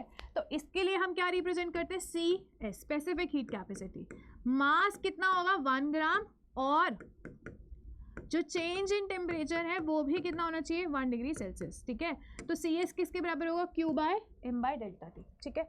इसके बाद मोलर हीट कैपेसिटी, जब आप system amount of heat required by 1 mole of 1 molar system, amount of heat required by 1 molar system to raise its temperature by 1 degree Celsius is molar heat capacity, ठीक है। तो यहाँ पे आपने जो है वो क्या स्पेसिफाई कर दिया? मोल स्पेसिफाई कर दिया by 1 mole of the system, ठीक है। मोलर हीट कैपेसिटी किससे रिप्रेजेंट होती है? सीएम से। Amount of heat required by 1 mole of the system, N की वैल्यू भी 1 होनी चाहिए, to raise the temperature by 1 degree Celsius. तो ये आ जाएगा बेटा मोलर हीट कैपेसिटी, ठीक है, क्लियर। स्पेसिफाई क्या करना है? By 1 mole of system. Important बात क्या है इसमें? इंपॉर्टेंट बात ये है कि आपके पास जो मोलर हीट कैपेसिटी और स्पेसिफिक हीट कैपेसिटी, अब ये इंटेंसिव प्रॉपर्टी बन जाएगी, ठीक है, मास से इंडिपेंडेंट है। और नॉर्मल हीट कैपेसिटी को आप ऐड कर सकते थे, ये एक्सटेंसिव प्रॉपर्टी हो गया, क्योंकि यहाँ पे स्पेसिफिक और मोलर वर्ड यूज हो गया तो वो एक्सटेंसिव प्रॉपर्टी इंटेंसिव बन जाती है, ठीक है। इसके बाद अगर हम बात करें heat capacity at constant pressure and heat capacity at constant volume किसके बराबर होता है, तो अगर हम बात करें heat required at constant volume, ये किसके बराबर होगा? इंटरनल एनर्जी के बराबर होगा। Heat absorbed at constant pressure, ये किसके बराबर होगा? एंथैल्पी। अभी आपको बताया था, ठीक है, अभी आपको बताया था। तो आपके पास स्पेसिफिक हीट कैपेसिटी या फिर heat capacity at constant volume को सीवी से रिप्रेजेंट करते हैं, heat capacity at constant pressure को सीपी से रिप्रेजेंट करते हैं। तो सीवी किसके बराबर होगा? सपोज करो मोलर ले रहे हो तो वर्ड मोलर भी लगा देते हैं, एमएम लगा देते हैं। तो ये किसके बराबर होगा? Heat absorbed at constant volume by 1 mole of substance at constant temperature. ये किसके बराबर हो गया? ये डेल्टा यू के बराबर, यू एन डी यू या delta U by N delta T के बराबर हो गया, ठीक है। तो यहां से हम क्या बोल सकते हैं? डेल्टा यू किसके बराबर होगा? N C V delta T के बराबर हो गया, ठीक है, क्लियर। यहां पर देखो सीपीएम किसके बराबर होगा? Heat absorbed at constant pressure by 1 mole of substance raising the temperature by 1 degree Celsius और 1 केल्विन भी आप बोल सकते हो। ये क्यूपी किसके बराबर होगा? Del H N delta T. तो यहाँ से बेटा डेल्टा एच किसके बराबर आ जाएगा? N C P delta T के बराबर आ जाएगा, ठीक है, क्लियर। अब ध्यान से देखो, what is the relationship between CPM and CVM? Mayer's equation होती है आइडियल गैस के लिए, ये होता है जनरली सीपी माइनस सीवी किसके बराबर होता है? एन आर के बराबर होता है। बट मोलर वॉल्यूम लिया ना, मोलर सीपीएम ले लिया ना, मोलर एन की वैल्यू 1 पुट करनी है, तो CPM heat capacity at constant pressure, molar heat capacity at constant pressure minus molar heat capacity at constant volume किसके बराबर होगा? आर, क्योंकि यहाँ पे नंबर ऑफ मोल्स को 1 रखना है, मोलर वर्ड यूज करा, ठीक है। ऑल्सो रिमेंबर सीपी जो होता है वो हमेशा सीवी से बड़ा होता है, एंड सीपी बाय सीवी का रेशो जो होता है उसे हम गामा बोलते हैं। गामा को क्या बोलते हैं? पॉइजन्स रेशो बोलते हैं। ये क्या होता है? पॉइजन्स रेशो होता है सीपी बाय सीवी, ठीक है।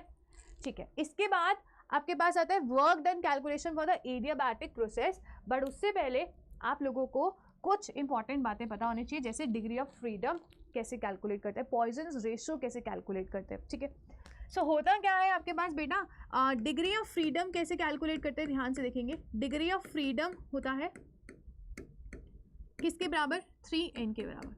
हर एक जो मॉलिक्यूल है उसके अंदर ट्रांसलेशन रोटेशन हो सकती है, वाइब्रेशनल रोटेशन हो सकती है, ट्रांसलेशन मोशन हो सकती है, रोटेशनल मोशन हो सकती है और वाइब्रेशनल मोशंस हो सकती है। तो कितने प्रकार की वो मोशंस कर रहा है, वही उसके क्या है, डिग्री ऑफ फ्रीडम, जो किसके बराबर होते हैं, 3n। n क्या होता है, n रिप्रेजेंट करता है एटॉमिसिटी को। n किसको रिप्रेजेंट करता है, एटॉमिसिटी को। आपसे पूछ लेंगे मोनो एटॉमिक सिस्टम का डिग्री ऑफ फ्रीडम क्या है या फिर पॉइजन्स रेशियो क्या है, वो चीज़ आपको मैं कैलकुलेट करना बता रही हूँ, जो कि आता है डायरेक्टली क्वेश्चंस में। ठीक है, अब ध्यान से देखो, अगर आपके पास मोनो एटॉमिक सिस्टम हुआ बच्चा, मोनो एटॉमिक सिस्टम हुआ, तो इसका मतलब इसके अंदर डिग्री ऑफ फ्रीडम कितना हो गया, 3 × 1, क्योंकि एटॉमिसिटी मोनो एटॉमिक है तो n की वैल्यू कितनी लेंगे, 1 लेंगे, तो इसके अंदर 3 डिग्री ऑफ फ्रीडम कितनी होगी बेटा, 3 हो गई। अब 3 से मतलब क्या है, 3 होंगी ट्रांसलेशन, आपके पास ट्रांसलेशन, रोटेशनल और वाइब्रेशनल मोशन होती है। ट्रांसलेशन कितनी रहती है, 3, रोटेशनल रहती है 2, किसके लिए, लीनियर के लिए।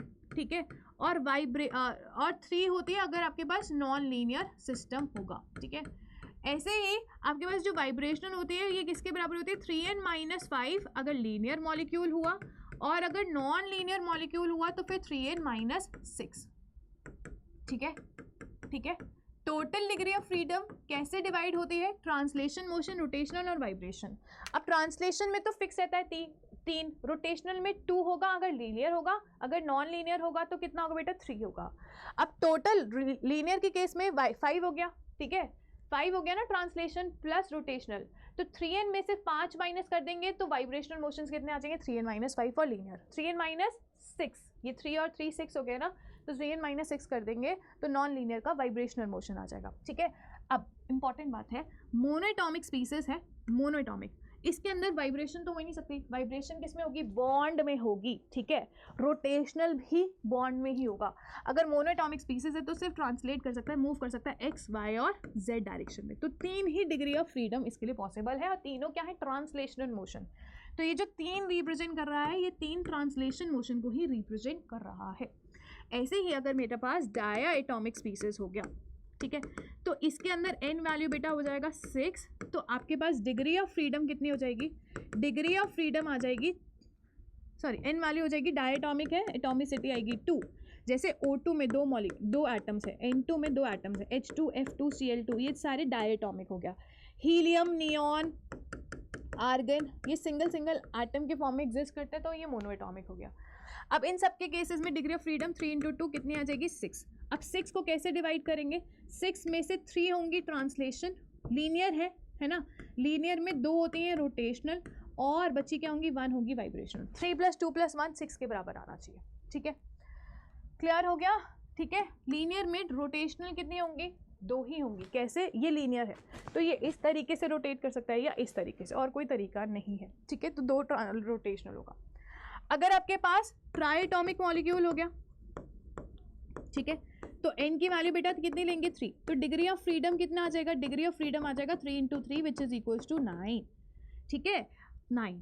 अब ट्राइएटॉमिक में भी मैंने पहले लीनियर का केस ले लिया, लीनियर में आप ले सकते हो CO2 लीनियर हो गया, और फिर मैं केस लूंगी नॉन लीनियर का, नॉन लीनियर में आप ले लो SO2, ट्राइएटॉमिक है। ठीक है, नॉन लीनियर में SO2। अब ध्यान से देखो, अगर लीनियर है तो इसके अंदर 3 ट्रांसलेशन होंगी, 2 रोटेशनल होंगी और 5 होगी, 9 में से 5 गए, कितना बचा, 4 वाइब्रेशनल होगी। इसके अंदर 3 ट्रांसलेशन होगी, 3 रोटेशनल होगी, 3 वाइब्रेशनल होगी। ठीक है, ये इंपॉर्टेंट है, क्यों, क्योंकि इसी से आप पॉइजन रेशियो निकालते हो। Once you know the degree of freedom वाला कंसेप्ट, ठीक है, तो आप क्या निकाल सकते हो, उनकी CV वैल्यू निकाल सकते हो। CV वैल्यू कैसे निकलती है, du/dt करके निकलती है। ठीक है, इंटरनल एनर्जी किसके बराबर होता है, इंटरनल एनर्जी किसके बराबर होता है बेटा, इंटरनल एनर्जी बराबर होता है degree of freedom in translation by 2 × R plus degree of freedom in rotational into R. R क्या है? गैस कांस्टेंट, ठीक है। ये बराबर होता है आपके सिलेबस में, इतना ही बहुत है, ठीक है। ओके ओके, अब ध्यान से सुनना, अगर मेरे पास मोनो एटॉमिक स्पीसीज हैं बच्चा, मोनो एटॉमिक स्पीसीज हैं, ठीक है, तो इंटरनल एनर्जी यू कैसे निकालूंगी? यू किसके बराबर होगा? Monatomically degree of freedom in translation motion was 3, ठीक है, तो 3r बाय 3, सॉरी RT है, यू निकाल रहे हो ना? हाँ, सीधा सीधा आप ये देखो, सिंपल सी बात है, आप सीधा सीधा CV का फॉर्मूला दे रही हो। CV किसके बराबर होगा? Degree of freedom in translation by 2 into R plus degree of freedom in rotational by 2 into R plus degree of freedom in vibrational into R, ठीक है। अगर आपको लो टेम्परेचर दिया तो आप वाइब्रेशनल मोशन को कंसिडर नहीं करके लोगे। लो टेम्परेचर में डू नॉट कंसिडर, वाइब्रेशंस नहीं होंगे लो टेम्परेचर में, वाइब्रेशनल मोशंस, ठीक है। या तो ये मेथड समझ लो, सारी चीज़ें अपने आप कर लोगे, नहीं तो वो जो पॉइजन रेशियो की टेबल है उसको रट लो। मैं कोशिश यही करती हूँ कि रटो कम, समझ लो, ठीक है, समझ लो। फिर अब बात करते हैं बेटा मोनो एटॉमिक स्पीसीज की। मोनो एटॉमिक स्पीसीज में आप क्या कर रहे थे? आपके पास ट्रांसलेशनल डिग्री ऑफ फ्रीडम कितनी थी? 3, बाकी सब तो 0 थी ना, रोटेशनल भी 0, वाइब्रेशनल भी 0। तो CV किसके बराबर आएगा? 3/2 ऑफ R के बराबर आएगा, ठीक है। तो CP किसके बराबर होता है? CP होता है CV प्लस R के बराबर, मोलर ले रहे हैं ना, ठीक है। तो ये किसके बराबर होगा? 3/2 R प्लस R किसके बराबर हो जाएगा बच्चा? 5/2 R के बराबर आ जाएगा, ठीक है। अब पॉइजन रेशियो क्या आ जाएगा? CP बाय CV, ठीक है। तो that means 5/2 R into 3/2 R, ठीक है। तो 2 से 2 R से R कटा, तो ये आपके पास जो रेशियो आएगा वो 5/3 का आ जाएगा फॉर मोनोएटॉमिक। ऐसे ही तुम डायटॉमिक के करके देखो, तो 3 ट्रांसलेशन है, 2 रोटेशनल है। अगर मैं बोल रही हूँ लो टेम्परेचर है, ठीक है, लो टेम्परेचर है, तो आपके पास जो CV वैल्यू आएगी वो कितनी आएगी? 3/2 of R plus 2/2 of R, ठीक है। अगर लो टेम्परेचर बोला तो वाइब्रेशनल को इंक्लूड नहीं करना, ठीक है। जनरली जब स्पेसिफाई करें लो तभी नहीं इंक्लूड करना, अदरवाइज करना है। तो मैं इसको अगर वाइब्रेशन को इंक्लूड करूँ तो 1 आवर हो जाएगा। तो इसको जब आप सॉल्व करेंगे, अगर हाई बोले तो करना, लो बोले तो नहीं करना, ठीक है। दोनों ही केसेस में आप लोगों को बता देती हूँ। लो का पहले मैं आपको बताती हूँ। तो लो का जब आप करोगे, इसको सॉल्व करोगे, तो ये वैल्यू आएगी 5/2 ऑफ R। तो CP किसके बराबर आएगा? 7/2 of R। For diatomic gamma किसके बराबर आएगा? 7/5, ठीक है। 7/2 of R divided by 5/2 of R करोगे तो 7/5 पॉइजन रेशियो आ जाएगा। हाई में करोगे तो आपके पास वाइब्रेशन का एक मोशन इंक्लूड करते हुए चलना है, ठीक है। फिर वो आपके पास +1 R करोगे तो 9/7 का आएगा, ठीक है। तो ये पॉइजन रेशियो आया डायटॉमिक का लो टेम्परेचर पे, और 9/7 आएगा हाई टेम्परेचर पे। तो इसी तरीके से आपको कैलकुलेट करते हुए चलना है, ठीक है। अब बात करते हैं work done for adiabatic processes. तो आपके पास जो एडियाबैटिक प्रोसेस है, Q की वैल्यू तो बेटा किसके बराबर होगी? 0। वर्क डन किसके बराबर होता है? वर्क डन किसके बराबर होता है? Q प्लस U के बराबर होता है। तो Q तो 0 हो गया, सॉरी, डेल्टा U किसके बराबर होता है? Q plus W, first law के अकॉर्डिंग। Q तो 0 हो गया, तो डेल्टा U के बराबर ही तो W आ गया। और अगर आपके पास एडियाबैटिक प्रोसेसेस है, तो एडियाबैटिक प्रोसेसेस में जो W की वैल्यू है वो किसके बराबर आएगा? डेल्टा U, और डेल्टा U किसके बराबर होता है? NCV डेल्टा T के बराबर, ठीक है। NCV डेल्टा T के बराबर होता है। तो इस तरीके से आप एडियाबैटिक प्रोसेसेस का वर्क डन कैलकुलेट कर सकते हो। इंपॉर्टेंट बात यह है, आपको याद रखना है, रिवर्सिबल एडियाबैटिक प्रोसेसेस में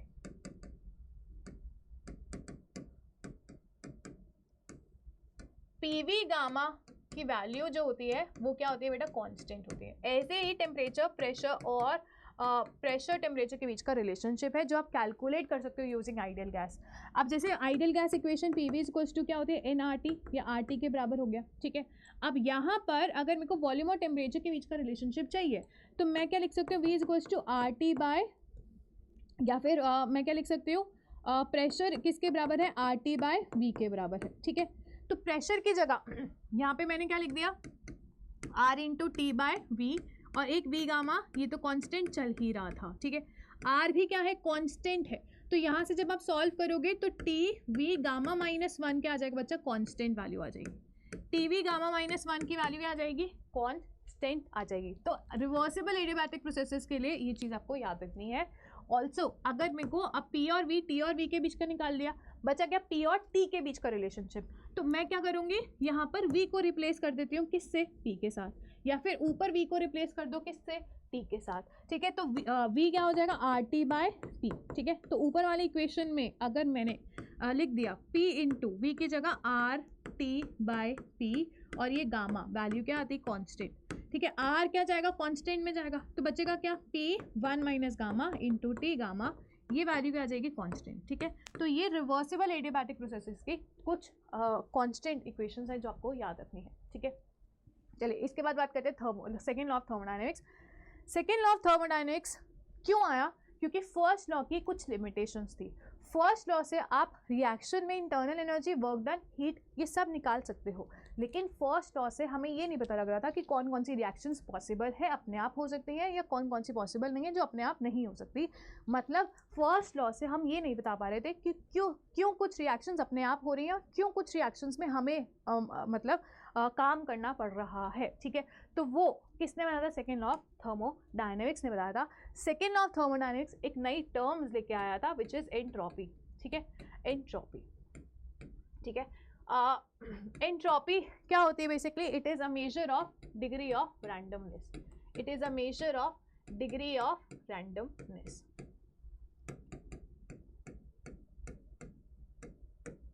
ठीक है, ठीक है। अगर हम गैसेस पार्टिकल्स की बात करें तो गैसेस में रैंडमनेस, गैसेस पार्टिकल्स की मूवमेंट बहुत ज़्यादा होती है, फिर लिक्विड की होती है, फिर सॉलिड में रैंडमनेस मूवमेंट कम होती है। तो इसलिए हम क्या बोलते हैं, entropy of gases particles are more than liquid than solid, ठीक है, ठीक है। अब एंट्रोपी की कैलकुलेशन क्या होती है, सारी चीज़ें मैं आपको बता देती हूँ। एंट्रोपी ऑफ यूनिवर्स जो होती है वो किसके बराबर होती है, entropy of system plus surrounding के बराबर होती है, ठीक है, क्लियर। इरिवर्सिबल प्रोसेसेस के लिए जो एंट्रोपी है it is always greater than zero, entropy हमेशा बढ़ रही होती है, और रिवर्सिबल प्रोसेसेस के लिए एंट्रोपी की वैल्यू जीरो होती है, ठीक है, क्लियर। ये चीज़ आप लोगों को याद रखनी है। अब एंट्रोपी निकालते कैसे हैं, so entropy is equals to Q reversible by T। आपने कार्नोट इंजन पढ़ा होगा, वहाँ से आपके पास एक स्टेट फंक्शन निकल के आया था जो कि बेसिकली क्या बोला गया था, एंट्रोपी बोला गया था। ये कार्नोट इंजन आप किस में पढ़ते हो, फिजिक्स में पढ़ते हो, ठीक है। केमिस्ट्री में आप कार्नोट इंजन नहीं पढ़ते, ठीक है। तो बट वहाँ से ये एंट्रोपी टर्म निकल के आई थी जो किसके बराबर होती है, Q रिवर्सिबल बाय T के बराबर आती है। इसके बाद बेटा थर्ड लॉ ऑफ थर्मोडायनेमिक्स आया। थर्ड लॉ ऑफ थर्मोडायनेमिक्स से हमें एक्चुअली रिएक्शन की स्पॉन्टेनिटी के बारे में पता लगा। इन्होंने बोला कि जो रिएक्शंस एक्सोथर्मिक हैं, ठीक है, जो रिएक्शंस जिनमें डेल्टा H की वैल्यू बेटा क्या है, माइनस, नेगेटिव है, और जो रिएक्शंस में एंट्रोपी हमेशा क्या कर रही है, इंक्रीज, मतलब डेल्टा H की वैल्यू जो है वो पॉजिटिव है, ऐसे रिएक्शन जो होते हैं ऑलवेज अपने आप होती है, मतलब ऐसे रिएक्शंस हमेशा क्या होती है, spontaneous. Third law of thermodynamics एक टर्म लेके आया, Gibbs free energy, it is a measure of degree of useful amount of the work, ठीक है। तो यहाँ पर गिब्स फ्री एनर्जी आया जिसको हम G से रिप्रेजेंट करते हैं, और एक थर्ड लॉ का मैथमेटिकल एक्सप्रेशन बहुत ही famous, very very important expression, delta G equals to delta H minus T delta S। यहाँ से बहुत सारे क्वेश्चंस पूछे जाते हैं। रिमेंबर डेल्टा G अगर जीरो हुआ, delta G less than zero हुआ, delta G greater than zero हुआ, अगर इक्वल टू जीरो हुआ तो इसका मतलब वो क्या कर रहा है, वो एक सिस्टम जो प्रोसेस कर रहा है वो रिवर्सिबल प्रोसेस कर रहा है, ठीक है, ठीक है। अगर लेस दैन जीरो हुआ तो वो सिस्टम क्या परफॉर्म कर रहा है, इरिवर्सिबल प्रोसेस को परफॉर्म कर रहा है, और इरिवर्सिबल प्रोसेस को ही हम क्या बोलते हैं बेटा, स्पॉन्टेनियस प्रोसेस होता है, ठीक है। और यहाँ पर delta G greater than zero हुआ तो वो किसको रिप्रेजेंट कर रहा है, नॉन स्पॉन्टेनियस प्रोसेस को रिप्रेजेंट कर रहा है, ठीक है। एक इम्पॉर्टेंट टेबल है, मैं आप लोगों की यहाँ पर बनवा देती हूँ बेटा। अगर आपके पास डेल्टा H और डेल्टा S दे रखा है, ठीक है, यहाँ पर लो टेम्परेचर हो, हाई टेम्परेचर हो, ठीक है, और यहाँ पर रिएक्शन की स्पॉन्टेनिटी पे कमेंट करना है, मतलब हमें डेल्टा जी क्या चाहिए, नेगेटिव चाहिए, उस पर निकालना है, ठीक है। तो इक्वेशन आप याद रखेंगे, डेल्टा जी क्या होता है, del H minus T del S के बराबर होता है। तो first case delta H negative, delta S positive, any temperature, low पे भी हाई पे भी, ठीक है। हमेशा रिएक्शन क्या रहेगी, स्पॉन्टेनियस। क्यों, क्योंकि डेल्टा एच नेगेटिव हो गया, डेल्टा एस पॉजिटिव हो गया, तो नेगेटिव नेगेटिव ओवरऑल क्या हो जाएगा, डेल्टा जी हमेशा नेगेटिव आएगा। केस 2 की बात करें, अगर डेल्टा एच बेटा क्या है, पॉजिटिव, ये पॉजिटिव है, ओवरऑल डेल्टा जी को नेगेटिव दिखाने के लिए टी डेल्टा एस क्या होना चाहिए, बड़ा होना चाहिए। तो लो टेम्परेचर पे नहीं करेगा, हाई टेम्परेचर पे करेगा जब डेल्टा एस पॉजिटिव होगा। मतलब डेल्टा एस बेटा पॉजिटिव है, अरे डेल्टा जी किसके बराबर है, delta H minus T delta S के बराबर है।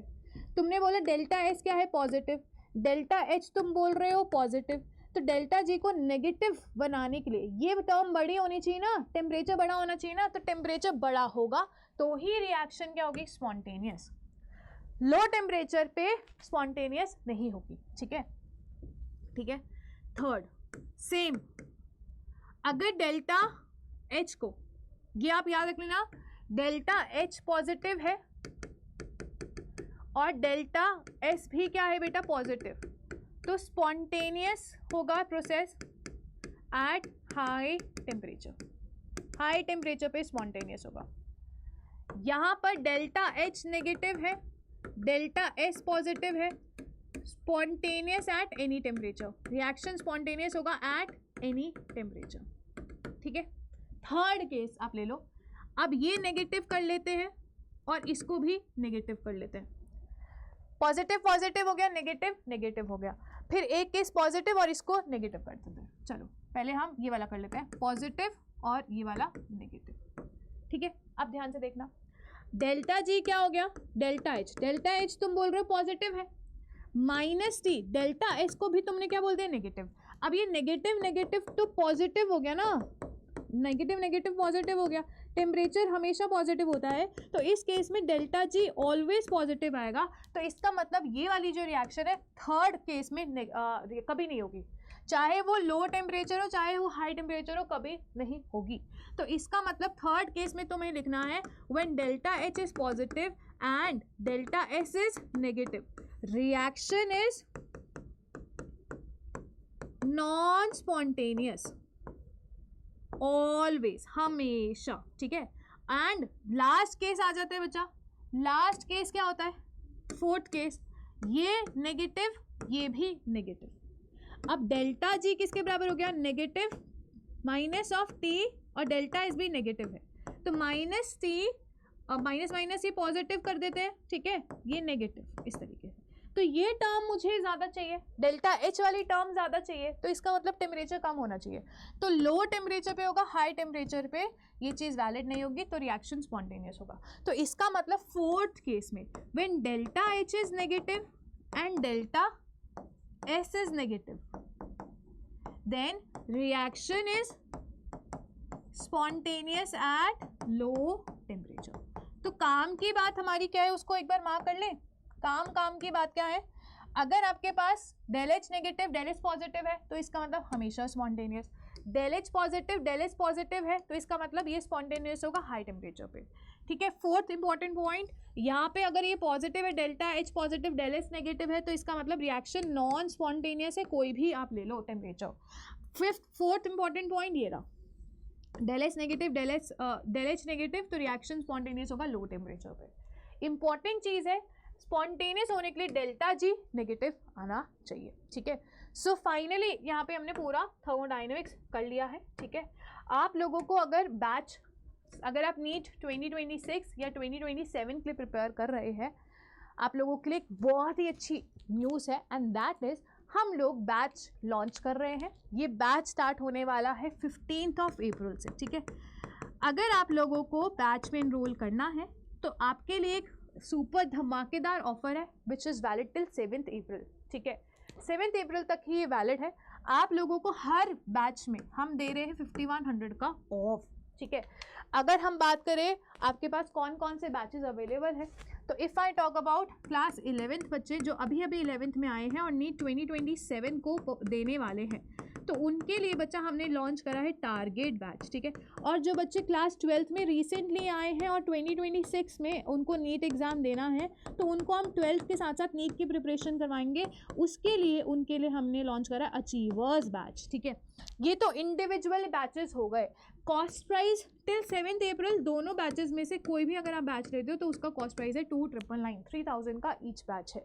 लेकिन बैचेस इंडिविजुअल बैचेस से अच्छा लेना क्या है, महापैक। यहाँ पे महापैक में क्या होता है, मैं आप लोगों को इसमें प्रोवाइड कर रही हूँ लास्ट ईयर के जितने भी कोर्सेज हुए हैं, वीडियो कोर्सेज, उसके लेक्चर्स, साथ में टेस्ट सीरीज इसमें भी इंक्लूडेड है, यहाँ पर भी इंक्लूडेड है। लेकिन यहाँ पर आपको पुराने कोर्सेज जितने हुए हैं उसके लेक्चर्स मिल जाएंगे, ठीक है। और जो फ्यूचर में नए नए बैचेस लॉन्च होने वाले हैं उसके भी लेक्चर्स आपको लोगों को इस महापैक में मिलने वाले हैं। ब्रिज कोर्सेज का एक्सेस मिलेगा, साथ में DPPs प्रीवियस ईयर क्वेश्चंस मिलेंगे, लाइव डाउट सॉल्विंग सेशंस यहाँ पे होंगे, नीट खजाना मतलब लास्ट ईयर जो वीडियो कोर्सेज मिले थे वो सब मिलेगा, ठीक है। अगर आप 1 महापैक लेते हो तो उसका कॉस्ट प्राइस 10,999 की जगह अभी 5100 का ऑफ लग रहा है। 5100 का ऑफ तभी लगेगा जब आप कूपन कोड लगाएंगे बच्चा, CSG कूपन कोड लगाना ज़रूरी है, ठीक है। ये कूपन कोड लगाते ही आप लोगों को हर कोर्स में 5100 का ऑफ मिल जाएगा, 5100 रुपये का ऑफ मिल जाएगा, ठीक है। तो ये बैग आपको 11,000 की जगह कितने का पड़ेगा, 6,000 का पड़ेगा, ठीक है। 6,000 से भी कम मतलब 5899 का पड़ेगा, ठीक है। ऐसे ही अगर आपको इन सब के साथ साथ चाहिए नीट मेंटोर जो अभी अभी नीट क्रैक करके डॉक्टर MBBS कर रहे हैं, उनके साथ अगर आपको चैट करनी है, बातें करनी है, नीट मेंटोर्स, अगर आपको लगता है कि आपकी जर्नी बहुत ज़्यादा डिफ़िकल्ट हो जाती है, कई बार आप मोटिवेटेड फील नहीं करते हो, हमें किसी का सहारा चाहिए होता है कि भाई कैसे पढ़ाई करनी है, एक एक्सपीरियंस बंदे का सहारा चाहिए होता है, तो नीट टॉपर्स के साथ हम आप लोगों को करवा रहे हैं इंट्रैक्शन, ठीक है। डायरेक्ट 1-on-1 चैट कर सकते हो अगर आप 1 Pro महापैक लेंगे। ऐसे ही 1 Pro मैक्स में क्या होगा, ये सारी चीज़ें मिलेंगी, 1-on-1 चैट मिलेगा, साथ में अब आपको नीट के बाद भी जितनी काउंसलिंग की रिक्वायरमेंट होती है वो सब आप लोगों को हम देंगे। इसके अंदर 1 Pro मैक्स में हम क्या देने वाले हैं, बुक्स भी देने वाले हैं, हैंड रिटन नोट्स टीचर के भी आपको लोगों को मिल जाएंगे। इसका कॉस्ट प्राइस, ऑफर प्राइस जो वैलिड है 5100 ऑफ के बाद ये बढ़ेगा 10,399 का, ठीक है। तो 1 Pro मैक्स महापैक आप ले सकते हो। इसमें आपको क्लासेस भी मिलेंगी, लाइव क्लासेस, ऊपर के जितने भी आपको चीज़ें बताई वो मिलेंगी, आपको नीट टॉपर्स के साथ 1-on-1 इंट्रैक्शन, बुक्स मिलेंगी इस कोर्स में, हैंड रिटन नोट्स मिलेंगे, साथ के साथ आपको काउंसलिंग सेशंस भी मिलेंगे, ठीक है। तो आप लोगों के लिए बैचेस जो है हमने दे रखे, CSG कूपन कोड लगाना ना भूलिए। अब यहाँ पर हम थर्मोडायनेमिक्स पूरा कंप्लीट कर चुके हैं, बस एक छोटी वीडियो मेरे को आपको थर्मोकेमिस्ट्री की देनी है, वो आपको मिल जाएगी, ठीक है। ऐसे ही 1 शॉट्स को अपने कंप्लीट करते रहिए। अब मिलेंगे नेक्स्ट कोर्स में। Thank you everyone, wishing you all the best for your preparation.